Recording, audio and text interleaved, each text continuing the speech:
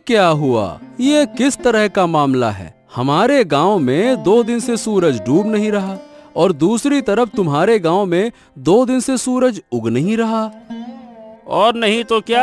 अरे तुमको क्या बताऊं, मेरी माँ को है रतौंधी, वो रात में देख नहीं सकती। अब यहाँ 2 दिन से मेरी हालत इतनी खराब हो गई है कि मैं क्या ही बताऊं। माँ घर के कोई काम कर नहीं पा रही क्योंकि रात है और रात में माँ को दिखता नहीं है। वही तो, लेकिन सवाल ये है कि ये हुआ कैसे, ये बताओ। मतलब ऐसा किसने किया? ऐसी घटना तो भैया मैंने पहले कभी ना देखी। कभी ऐसा होता हुआ सुना है क्या? बताओ। हमारे गांव में दिन और तुम्हारे गांव में रात हैं। वही तो, मुझे तो लगता है कि मैं तुम्हारे गांव आ जाऊं। 2 दिन से सूरज की किरण नहीं देख पाया। ऐसा लगता है कि अंधेरे का साम्राज्य आ गया है।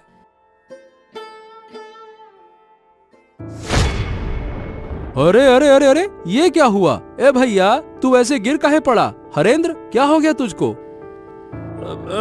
अरे मतलब क्या हो गया, मुझे खुद समझ नहीं आ रहा। मैंने तुम्हारे गांव में आने के लिए जैसे ही कदम बढ़ाया और झटका लगा। बाप रे, मैं तो तुम्हारे गांव में प्रवेश ही नहीं कर पा रहा हूँ। ऐसा लग रहा है कि जैसे बीच में कोई दीवार खड़ी हो। क्या बात कर रहा है? तो क्या हम एक गांव के लोग दूसरे गांव में नहीं जा सकते क्या? वही तो भैया, लग तो ऐसा ही रहा है। लगता है कि इन दोनों गांव के बीच में कोई अदृश्य कांच की दीवार खड़ी हो गई है। अरे अब क्या करूं, मुझे तो समझ नहीं आ रहा। चल, फिलहाल के लिए तू घर जा। अब देखते हैं क्या किया जा सकता है। कोई उपाय मिल जाए तो मुझे भी बता देना। दोनों गांव में अचानक अजीब घटना हुई।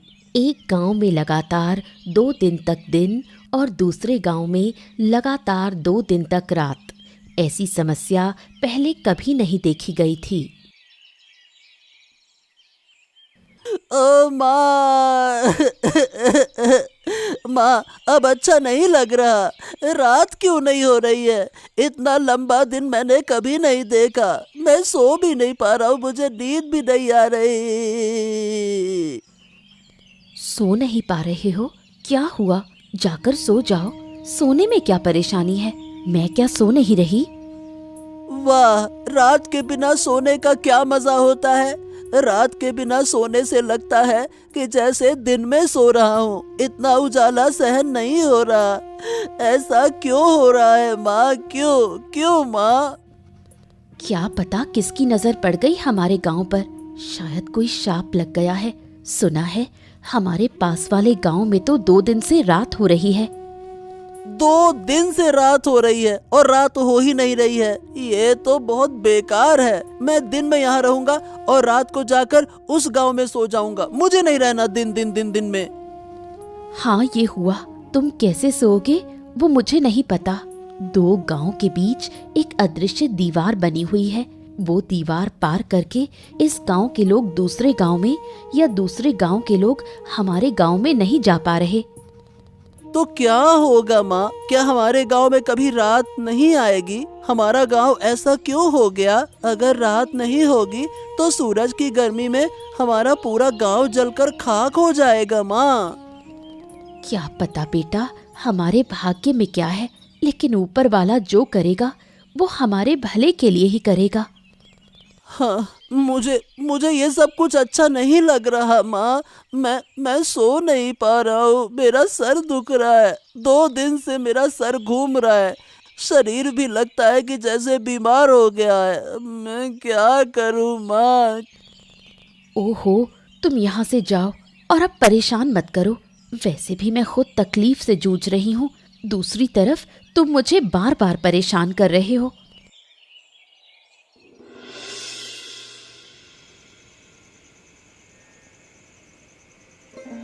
रात के गांव में हरेंद्र की माँ शांता बूढ़ी रहती है, जिसे रात को दिखाई नहीं देता।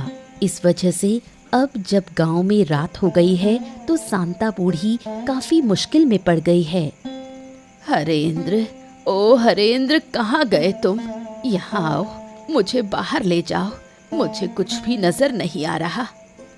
अरे बस बस बस बस, आ गया माँ, आ गया। और कितना पुकारोगी? अरे तुम्हारी तकलीफों ने मुझे बेहाल कर दिया है। 2 दिन से तुम मुझे एक पल भी शांति से बैठने नहीं दे रही हो। हरेंद्र हरेंद्र हरेंद्र, कहाँ है, जल्दी आ जल्दी आ। अरे मुझे भी तो बैठने दो।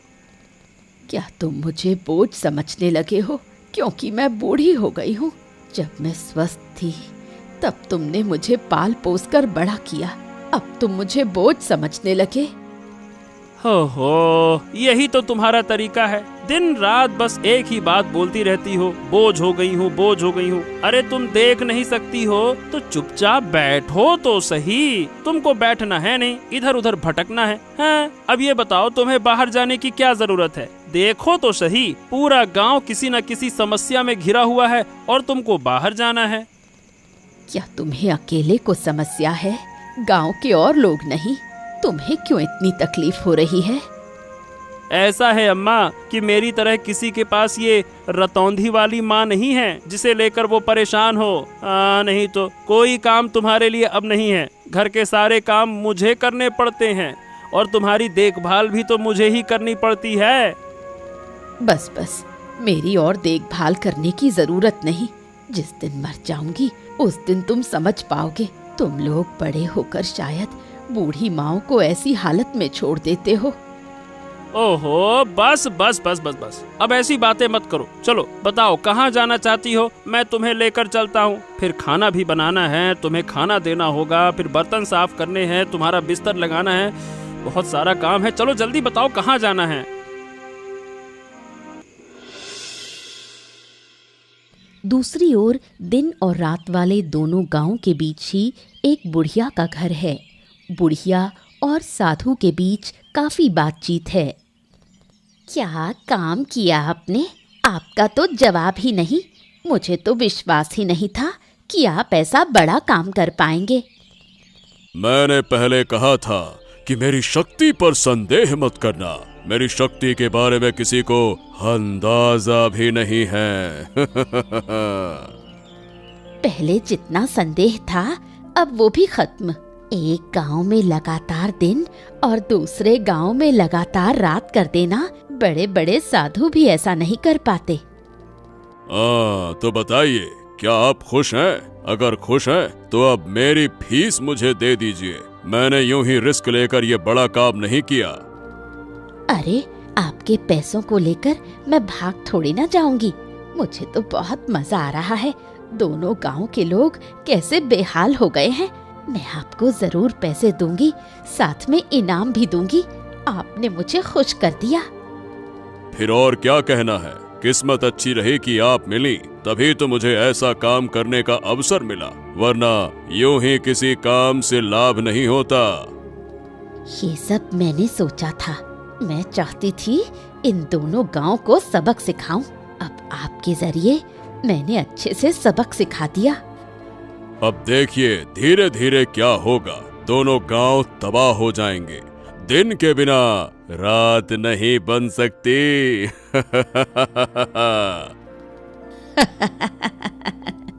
मैं भी यही चाहती थी। मैंने इस दिन का बहुत इंतजार किया है। अब मैं उन्हें हर तरह की तकलीफ दिखाकर सिखा दूंगी कि दुख और अपमान क्या होता है। अब वो मेरा कभी अपमान करने की हिम्मत नहीं करेंगे। मैं चाहती हूँ कि इन दोनों गांव के बीच सिर्फ मैं बची रहूं और कोई ना रहे। अरे अरे बेटा, अरे रुक जाओ बेटा, इस तरह से क्यों दौड़ते हो? क्या हो गया? अरे रुक जाओ, गिर जाओगे। बेटा रुको रुको। पिताजी पिताजी, हाँ, पिताजी पिताजी, मुझे एक बड़ी बात पता चल गई है। मैंने दिन और रात की असली वजह जान ली है। पिताजी पिताजी पिताजी, अब आप कुछ उपाय निकालो, वरना दोनों गांव वाले मर सकते हैं। अरे बेटा शांत हो जा। हाँ, अब ये बता क्या हुआ, कैसे जाना तुमने, बता मुझे। पिताजी पिताजी, हमारे दोनों गांव के बीच में उस बुढ़िया का घर है ना, वही बुढ़िया जो गांव वालों से बात भी नहीं करती, ये सब कुछ वही करवा रही है। क्या? ये क्या कह रहे हो तुम? क्या सच में ऐसा है? पर ये बताओ तुम्हें कैसे पता चला कि वो करवा रही है?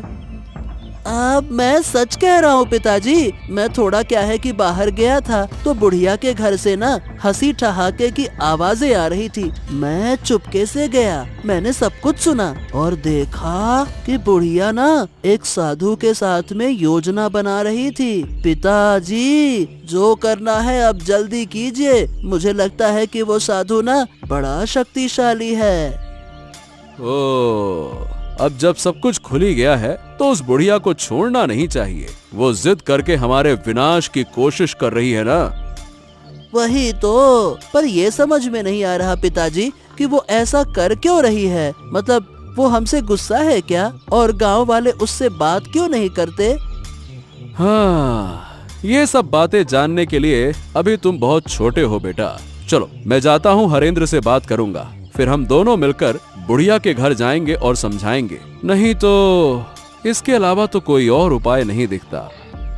वही तो पिताजी, जल्दी कीजिए। मुझे उस साधु पर भरोसा नहीं है। बहुत ही बेकार हंसी हंसता है वो पैसे लेकर चला गया और यकीन है कि वो वापस आएगा।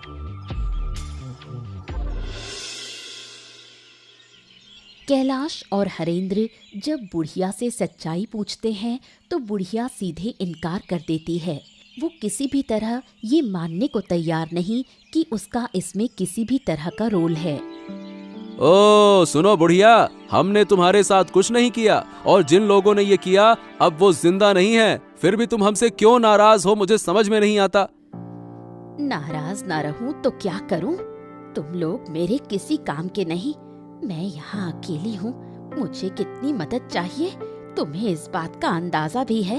मेरे साथ 2 शब्द बोलने वाला भी कोई नहीं। ऐसा है कि लोग तुमसे बात इसलिए नहीं करते क्योंकि तुम गुस्सैल हो, तुम्हें गुस्सा बहुत आता है। गांव वाले तुमसे डरते हैं, इसीलिए कोई तुम्हारे पास नहीं आता। पर इसका मतलब ये नहीं है कि तुम हमारे गांव को नुकसान पहुंचाओ। तुमने किया या नहीं किया इसका राज खुल चुका है, हम सब जान चुके हैं, इसीलिए इनकार मत करो। तुम लोग मेरा बार बार अपमान करते हो, मुझे बदनाम करते हो। इसका अंजाम अच्छा नहीं होगा। मैंने एक बार सब बर्दाश्त कर लिया। अगर ये सब मेरे साथ दोबारा हुआ तो ऐसा मत सोचना कि मैं तुम लोगों पर रहम कर लूंगी। अरे बुढ़िया, तुम बेकार में गुस्सा कर रही हो। हम तर्क करने नहीं आए हैं, हम शांति पूर्वक प्रेम पूर्वक बातें करने आए हैं। देखो, एक बार गांव की हालत तो देखो। एक गांव में सूरज उग नहीं रहा और दूसरे गांव में सूरज डूब नहीं रहा। ऐसे हालात पहले कभी किसी ने देखे हैं क्या? बताओ। अचरज की बात क्या है? तुम बार बार वही बातें क्यों कर रहे हो? क्या हुआ नहीं हुआ मैं वो देख ही रही हूँ। मैं इससे जुड़ी हुई हूँ। तुम लोग यहाँ से चले जाओ, मुझे अकेला छोड़ दो। तुम अकेली क्यों रहोगी? अरे भाई, लोगों का डरना इसलिए है तुमसे क्योंकि वो तुम्हें जानते नहीं हैं। पर इसका मतलब ये तो नहीं ना कि हम तुम्हारे शत्रु हो गए, हम तुमसे अलग हो गए। मैं अब और कुछ नहीं सुनना चाहती। अगर तुम जाओगे नहीं तो ये डंडा देखा है, इसी से तुम्हें पीट पीट कर लाल कर दूंगी।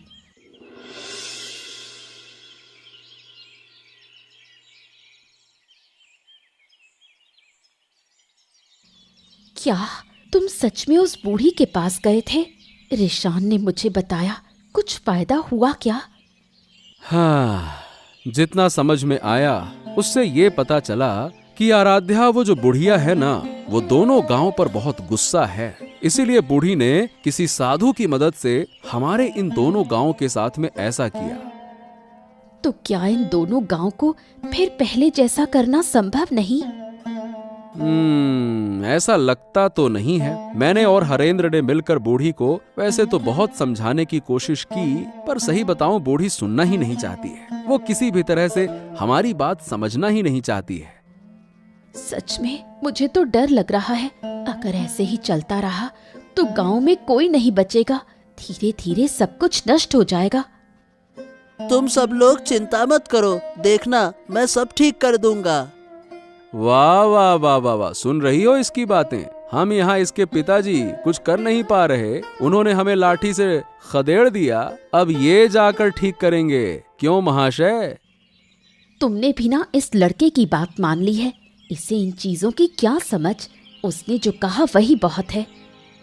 अरे माँ, मैं यूं ही नहीं कह रहा, मैं सच कह रहा हूँ। मैं सब कुछ ठीक कर दूंगा, तुम लोग देख लेना। उस साधु को मैं जानता हूँ, अगर मैं उसे एक बार पकड़ लूंगा तो उसे नष्ट कर दूंगा। बहुत मारूंगा मैं उसे गुच्छे बना के। अच्छा, समझ गया। लेकिन हाँ, फिर कोई शरारत करने से पहले जरा सोच समझ कर। वैसे भी हमारी मुश्किलों का अंत नहीं है।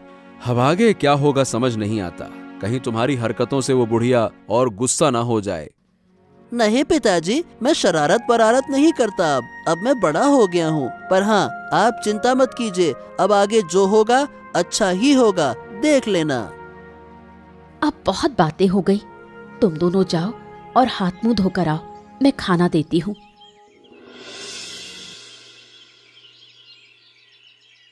अरे साधु बाबा, आइए आइए बैठिए। मैं तो आपका ही इंतजार कर रही थी। कितनी बातें हुई, आपको तो कुछ पता ही नहीं। क्या बात है? फिर क्या हुआ? कोई नई कहानी हुई क्या?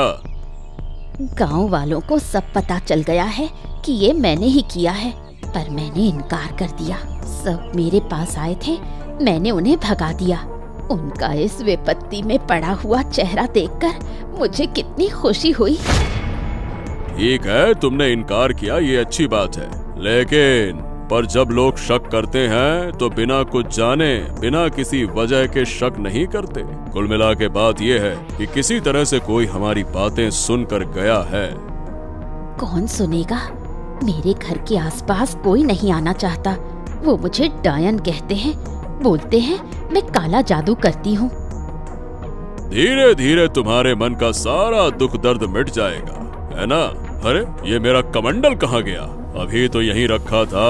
ओहो, मेरे कमंडल में विशेष जल है, कहाँ चला गया? अरे कहाँ गया? मुझे ढूंढना होगा।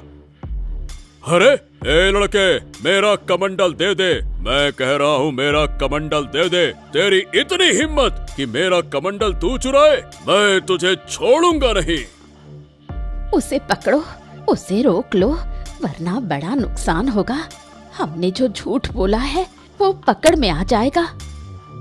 उसे पकड़ना ही होगा।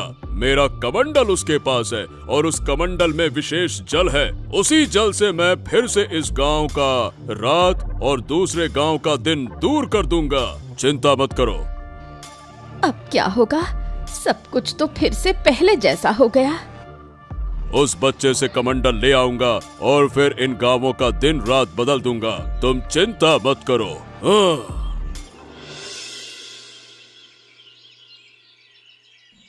ए लड़के, तेरी इतनी हिम्मत कि तूने मेरा कमंडल छुआ, मैं तुझे श्राप दे सकता हूँ। क्या तू जानता है? मुझे किसी चीज का डर नहीं है। मैंने इन दोनों गांवों को फिर से पहले जैसा कर दिया है। इन दोनों गांवों की दुख चिंता दूर कर दी है मैंने। अरे मूर्ख बच्चे, तू इतना छोटा सा लड़का, पिद्दी सा, तू क्या समस्या दूर कर पाएगा? चल ला, मेरा कमंडल मुझे दे दे। उस कमंडल के पानी से मैं फिर से इस गांव की रात और दूसरे गांव का दिन, ये जो समस्या है, इसे दूर कर दूंगा। ला। मैं कभी ऐसा होने नहीं दूंगा। मैं इस कमंडल का पानी फेंक दूंगा, फिर देखता हूँ कि तुम दोबारा से एक गांव में रात और दूसरे गांव में दिन कैसे कर पाते हो। ए लड़के, मुझसे चालाकी मत कर, वरना इसका बहुत बुरा परिणाम भुगतना होगा। बच्चे, बिल्कुल बच्चे जैसे रह, ज्यादा बड़ेपन का ढोंग मत कर, समझा? फिर आप लोग इन दोनों गांवों को इतना नुकसान क्यों पहुंचा रहे हो? आप एक साधु बाबा हो, आप एक साधु महाराज हो, आपको तो गांव वालों की मदद करनी चाहिए ना? बेशक मैं मदद कर रहा हूँ। मैं बूढ़ी की मदद कर रहा हूँ, उसके दुख तकलीफ दूर कर रहा हूँ। ये तुम्हारी समस्या नहीं है और तुम्हारी समझ के बाहर की चीज है। चलो अब लाओ, मेरा कमंडल मुझे वापस करो। नहीं नहीं नहीं नहीं नहीं, मैं नहीं देने वाला। मैंने कह दिया ना, नहीं दूंगा, नहीं दूंगा तो नहीं दूंगा। किसी भी सूरत में तुम्हें ये कमंडल नहीं मिलेगा। ओह, ठीक है, तो अब तू दंड भुगतने के लिए तैयार हो जा, शरारती बच्चे। अरे छोड़ दो मुझे, छोड़ दो, मैं कह रहा हूँ छोड़ दो। अगर मेरे पिता को पता चला तो वो आपको गांव से निकाल देंगे और आप फिर कभी इस गांव में नहीं आ पाएंगे। छोड़ दो मुझे, छोड़ दो। जब पहले मैं तुझे बोल रहा था तो तू तो नौटंकी कर रहा था, अब तू बच कर दिखा। जब अच्छे से बोला था तब तो माना नहीं, तुझे मैं जरूर खत्म कर दूंगा। मेरे साथ शरारत करने आया था ना तू? चल। रिशान को न पाकर कैलाश का परिवार पगला सा हो जाता है। लोग समझते हैं कि इस अनहोनी के पीछे जरूर बुढ़िया का ही हाथ है। बूढ़ी माँ, बूढ़ी माँ, बूढ़ी माँ, हमें बचाओ, हमारी मदद करो बूढ़ी माँ, हम तुमसे हाथ जोड़कर विनती कर रहे हैं बूढ़ी माँ। क्या हुआ? फिर कोई अनहोनी हो गई? मैं किसी की मदद नहीं कर सकती, मैं मदद करने वाली नहीं हूँ।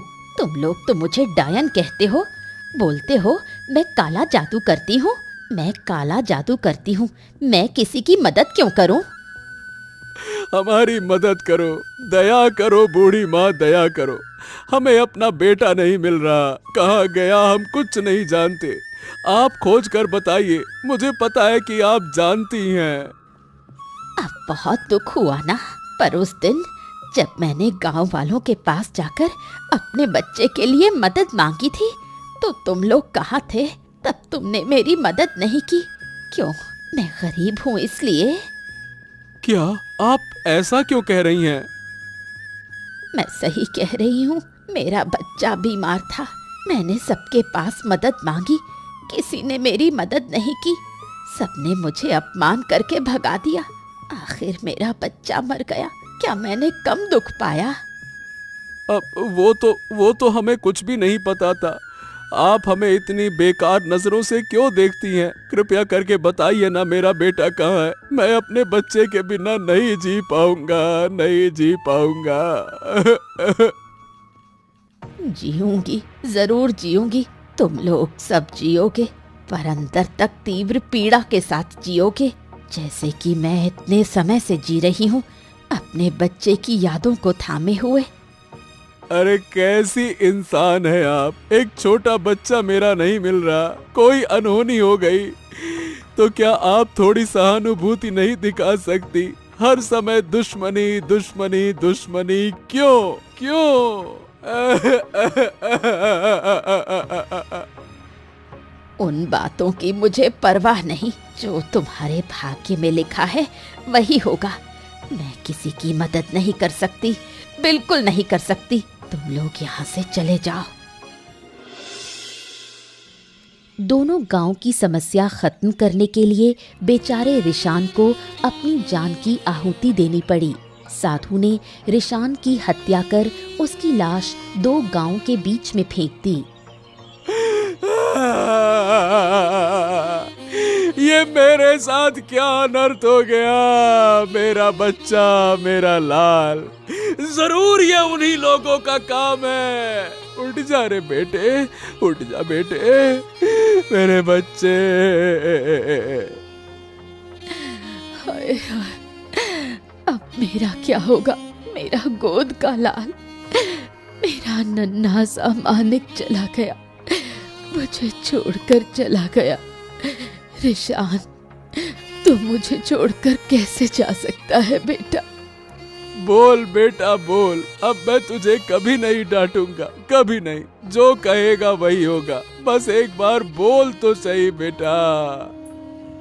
जिन लोगों ने मेरी गोद से मेरा बच्चा छीन लिया, ऊपर वाला उनका न्याय करेगा। मैं किसी को नहीं छोड़ूंगी, किसी को नहीं बख्शूंगी। शांत हो जाओ, शांत हो जाओ आराध्या।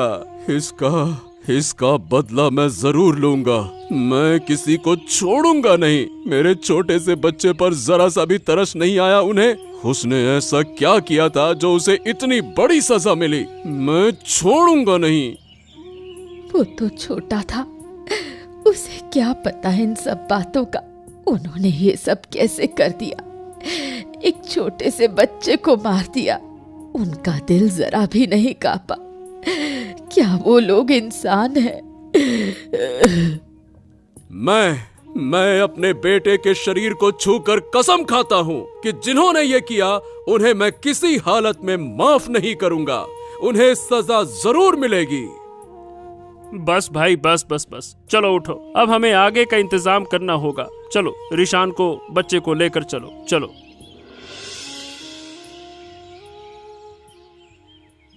क्या बूढ़ी, अब तो तुम खुश हो ना?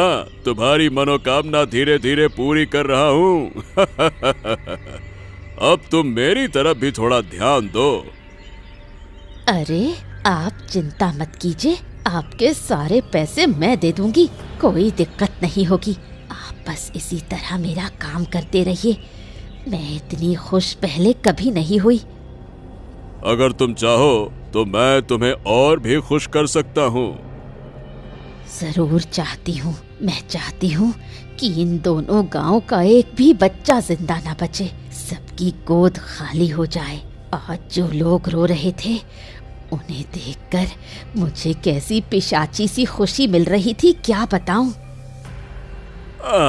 बहुत बढ़िया, बहुत बढ़िया। तो तुम पैसों का इंतजाम करो, मैं एक एक करके इन दोनों गांव के सारे बच्चों को मार दूंगा।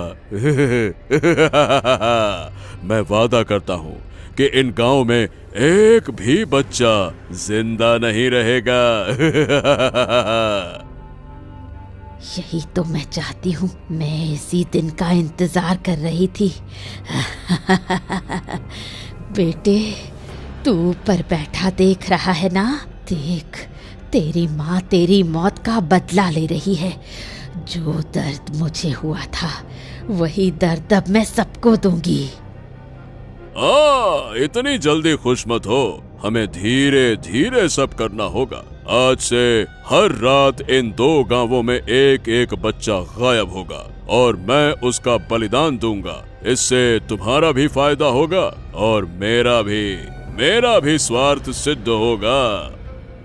कोई दिक्कत नहीं, मैं हर रात तुम्हें बच्चों को पकड़ने में मदद करूंगी। जरूरत पड़ी तो खुद पकड़ कर लाऊंगी। सब मुझे डायन कहते हैं, अब मैं उन्हें दिखाऊंगी असली डायन क्या होती है। तो फिर ठीक है, मैं बलिदान की पूरी व्यवस्था करता हूँ। हर रात एक बच्चे की हत्या करनी होगी, तभी मैं और शक्तिशाली बनूंगा। नहीं, अब ये सब कुछ और नहीं चलेगा। मैंने अपने बेटे को खो दिया है, मैं नहीं चाहता कि किसी और का बच्चा ऐसे मरे। बच्चे को खोने का दर्द मैं अच्छी तरह से जानता हूँ। हाँ, लेकिन कैलाश, अब हम करेंगे क्या दादा? वो साधु तो बहुत ताकतवर है, उससे हम लड़ेंगे कैसे? साधु को बाद में देख लेंगे, पहले उस डायन बूढ़ी का कुछ करना होगा। उसका दिमाग खराब हो गया है, बेटे को खोकर पागल हो गई है वो पागल। अच्छा ठीक है, लेकिन हम उसे मार तो नहीं सकते हैं ना? हमने अपने बेटे के शरीर को छूकर कसम खाई है, जिन्होंने ये किया है उन्हें सजा देंगे। उस डायन बूढ़ी से बड़ी सजा और कोई नहीं हो सकती। अच्छा, क्यों नहीं मार सकते? जब उसने मेरे बच्चे को नहीं छोड़ा, जब उसे गांव के सभी बच्चों को मारने का मन हो रहा है, तो मैं भी उस विकृत दिमाग की डायन को मार सकता हूँ। बिल्कुल मार सकता हूँ। खून का बदला खून, बिल्कुल। और मैंने तय कर लिया है, बूढ़ी को मैं जिंदा जला दूंगा। उसके लिए यही सजा सही रहेगी। अगर वो जिंदा रही तो कभी नहीं सुधरने वाली। उसका दिमाग पूरी तरह से खराब हो चुका है। ठीक है, मुझे कोई आपत्ति नहीं है, लेकिन गांव के लोग क्या कहेंगे? एक जिंदा इंसान को जलाकर मार देंगे तो क्या ये ठीक रहेगा? वो इंसान नहीं है भाई, वो इंसान हो ही नहीं सकती। वो एक डायन है, डायन। और डायन को जलाने का आदेश खुद भगवान ने दिया है। अगर तुम मेरे साथ रहना चाहते हो तो रहो, नहीं तो मैं अकेले ये काम करूंगा और आज ही मैं उसके घर में आग लगा दूंगा। नहीं नहीं नहीं नहीं, ऐसी बातें क्यों कर रहे हो? मैं तुम्हारे साथ रहूंगा। ये बूढ़ी हमारे गांव के लिए भी बड़ी मुसीबत बन गई है। अब बस बहुत हो गया, चलो जो फैसला लिया है वही करेंगे, चलो। बूढ़ी के घर में आग लगाने से वो जलकर मर गई। उसके मरने के बाद सब लोगों ने मिलकर साधु को सजा देने का निश्चय किया। साधु, ओ साधु, अरे कहाँ है रे तू? आज तेरे पापों का अंत होगा, निकल बाहर। क्या हो गया? सब लोग मेरे आश्रम में क्यों जुटे हो? क्या तुम्हें मेरी शक्ति का अंदाजा नहीं है क्या? अहंकार पतन की जड़ है, ये बात जानते हैं ना आप? मुझे ये बातें सिखाने मत आओ। मैं साधु हूँ, साधु। मेरी शक्ति असीम है। चाहूं तो मैं अभी तुम सबको समाप्त कर दूंगा।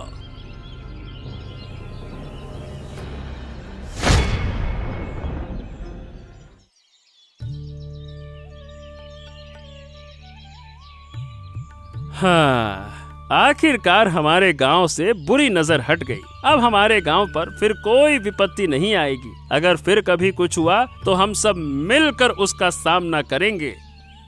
हाँ, गांव तो आखिरकार ठीक हो गया, लेकिन मैंने अपना बेटा खो दिया। मेरा बेटा अपनी जान देकर इस गांव को मुक्ति दिलाकर चला गया। चिंता मत करो कैलाश, जब तक इस गांव के लोग जिएंगे तुम्हारे बेटे को सब याद रखेंगे, सब तुम्हारे बेटे का सम्मान करेंगे। पीढ़ी दर पीढ़ी तुम्हारा बेटा हमारे इन दोनों गांव के बीच जिंदा रहेगा। ऐसा ही हो बूढ़ी माँ, ऐसा ही हो। लेकिन अब से हमें ये भी ध्यान रखना होगा कि बूढ़ी के बेटे जैसा कोई और बच्चा किसी बीमारी में आकर मदद ना पाकर मर ना जाए, वरना हर घर में ऐसी डायनें पैदा हो जाएंगी। बिल्कुल सही कह रही हो आराध्या, हम सब एक दूसरे का ध्यान रखेंगे। ये दोनों गांव अब से अलग नहीं रहेंगे, बल्कि हमेशा एक दूसरे की मदद करेंगे।